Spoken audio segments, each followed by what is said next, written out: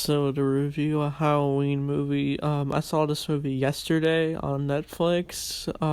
Countdown. I saw the trailer for this. It looked kind of interesting, but it kind of just looked like any other horror movie that they're trying to put out. Just that one horror movie. You're just like, what's this? And you're like, oh no, it's one of those weird horror movies, kind of like Truth or Dare or the Slender Man movie. Yeah, I've seen the Slender Man movie before. I think I mentioned that in my commentaries for J Station.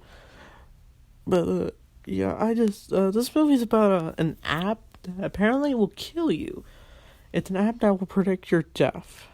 Apparently, it's if you get like a few days left to live, you're like, oh crap, oh shit.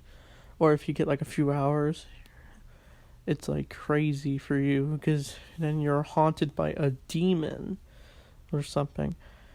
But some people get like a lot of years apparently, and they're like, "Oh yay, I got a few years to live." I wait, no, I meant like, "Oh yeah, we get 30 years to live." That's what. That's basically what the people were just like okay with this app, like they're cool with it. But then when this one nurse, who's our main protagonist, gets this app, um, she only has 2 days to live, and that's the plot where she has to find a way to prevent her death, basically, because she doesn't want to die because of some app. So she tries everything. She tries smashing her phone. She tries looking things up, researching. She goes to a few pastors and poets or whatever, and She even goes to a cell phone repair shop. And then we meet this one dude in the jacket. I don't know his name. I'm sorry. I don't know any of these characters' names. And he's having the same problems too. He only has 18 hours to live. And so they team up and try to find a way to get rid of this countdown. And they meet with this one pastor who's really into demons and stuff. And he refers the Bible as like a graphic novel. Basically, he is really into this, and he really would want to help them out, figure out what their issues are. And so, yeah, he later in the movie he makes like a pentagram, and they have to stand in it to prevent the demons from attacking them, basically. And he even tells like folklore or something about it. And we also get this one dude who owns the cell phone repair shop. A lady is like whining to him about her phone, and he's just like, "Wow, you could be a little nicer." And then she's just like, "Get me the manager." And then he turns around, and then he goes back up to her and goes, "Hey, I'm the manager." And then she leaves. And I thought that scene was a little funny. And then when he helps the girl out, he's just like, he like hacks into the phone later in the movie. And he finds his day when he is claimed to die. And then he also finds the girl and the guys, and the girl, our protagonist's sister. Because she apparently downloaded the app as well, and when she was like telling her about it. And then he changes the dates by hacking into the system. But then later, they get notified about how the app has changed their time. We're exactly where it left. So no longer it was 84 years, now it was changed to a few hours. And so our protagonist freaks out. And then they go to the poet, and that's where they build the pentagram. And then the one dude she was hanging out with, they did vent themselves about their biggest problems. Basically, also this app feeds into your fears, like the one dude.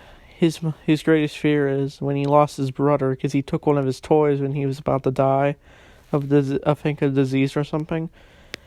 And the girl's greatest fear is when her mom died, because she went out partying, and she knew her mom was looking for her, but then she got struck by a drunk driver. And ever since then, she's felt guilty about if she caused her death or something. Even the sister has guilt because she knew where her sister was, basically. So it's basically like, I don't know, a guilt trip for them. Also, the father, fun fact, the father's played by the guy who played the Reverse Flash in the Flash show.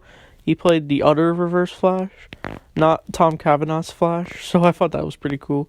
See him in the movie.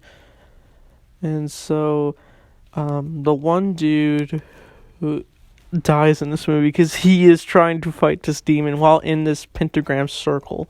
But then he's grabbed by the demon and he's slammed into his car and then he dies. And the girl's just like, no. And so she decides to go to her hospital after her sister gets injured.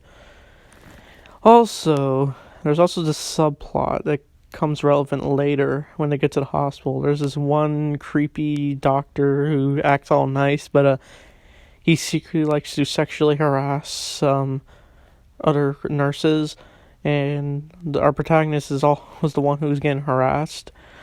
And so the way she tries to fight this demon is that she tries to use a crowbar to hit this guy, and he's just like, and he tries to frame her for sexually assaulting him. And so, and then the demon finally comes, and so basically how the girl defeats the demon is she takes this serum thing or whatever, I guess, to like appear dead. But then like the demon tries to kill her when her sister's time's almost up. But then the demon is like shattered to a million pieces. And then the girl kind of dies, but then like her sister uses this other needle to, I guess, bring her back, I guess. I don't know. It made no sense. Then the girl's back and they hug, and they also saw a vision of their mom, which is strange. And so then later, at the end, the demon's gone. And so they go to their mom's grave. I wonder if they went to the one dude's grave since he died because of this app. And then it's revealed later that the dude who sexually harassed people he got arrested because other people have accused him of doing it. So, and then the girl gets notified that there's a Countdown 2.0. And the movie ends. So a lot of people didn't like this movie when it came out 3 years ago. It's been almost 3 years. And what I think I thought this movie was interesting. Like the concept of it is kind of silly. It's just like why does this exist? Apparently, Countdown's an actual real life app, and you can delete it. Like in the movie, you can't for some reason. Like the app you're stuck with it if you agree to all of it. And so, yeah, I thought this movie was it feels like it's just a movie you can watch with your friends. Like you don't need to see it in theaters or anything. I've seen a lot of better horror movies. I'm not like the biggest horror guy out there. I mean, I know some people really love horror movies, but this movie just felt simple for me. I'd probably give this movie a 6 out of 10 or 7 out of 10. I don't think it was as bad as people like to say. So tell me, have you seen Countdown?